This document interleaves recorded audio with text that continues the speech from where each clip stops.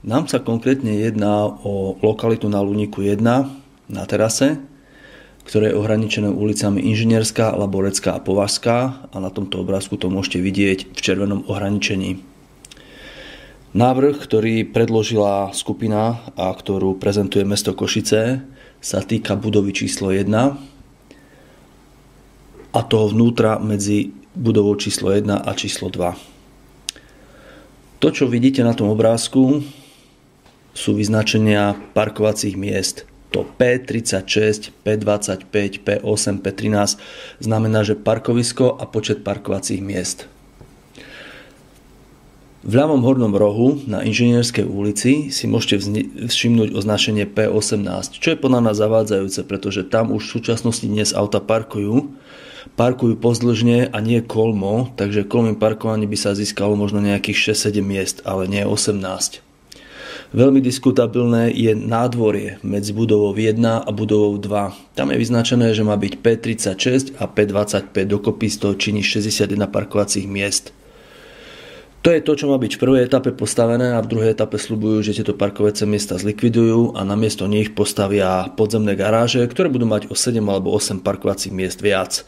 My túto druhú etapu, čo sa týka výstavby podzemných garáží, považujeme za totálny blud a nezmysel a zhodli sa na tom viacerí, ktorí boli na príslušnom rokovaní. Je šokujúce, že mesto Košice do predkladaného návrhu nechce predložiť len to, že ak chce investor tam postaviť garáže, tak jedine podzemné garáže, aby sa zachovala tá zeleň. Keď si uvedomíte, že vlastne to, čo sa tam deje, je vlastne likvidácia zelene, pretože takmer všetky parkoviska majú byť na úkor zelene urobené.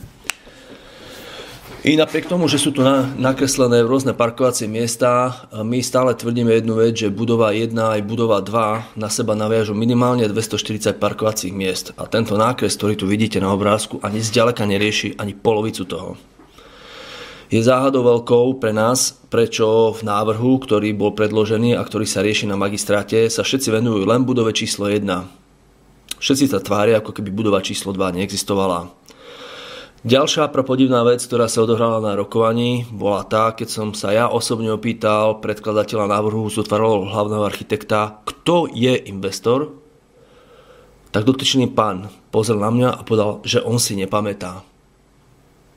Tak som im potom povedal na druhom rokovaní, keď mi zase dali tú istú odpoveď, že je mi ľúto, ale že my nežereme seno.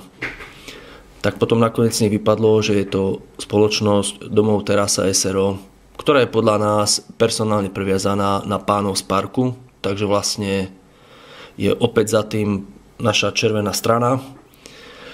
A podľa nás aj budova číslo 2 je prichystaná a pripravená na výstavbu bytov, len sa o tom nikde nehovorí. Preto sa nikto tejto budove do dnešného dňa nevenuje. I napriek tomu, že zmena územného plánu sa dotkne aj tejto budovy. Už sme povedali, že patrí pod ministerstvo zdravotníctva a keď si zoberieme, kto je vlastne ministrom zdravotníctva reálne na Slovensku a kto to riadi, tak sme zase v parku v Košiciach. Takže na záver chceme povedať jednu vec. Chcem vás požiadať, aby ste vyjadrili písomný nesúhlas s týmto zámerom, pretože nakoniec celá lokalita dopadne tak, ako to dopadlo na ulici Obrody. Na ulici Obrody takisto mesto Škôlky postavili bytový komplex so 115 bytmi. Investor sa zaviazal, že vybuduje parkovacie miesta aj pre tieto byty. Áno, vybudoval ich, ale pod takou podmienkou, že ak niekto chcel parkovať na tom parkovisku, musel si ho kúpiť za 250 000 slovenských korún. Výsledok je ten, že množstvo aut z tohto bytového komplexu parkuje vonku na ulici, takže stav, čo sa týka dopravy a parkovania, sa po výstavbe tohto bytového komplexu na ulici Obrody diametrálne zhoršil.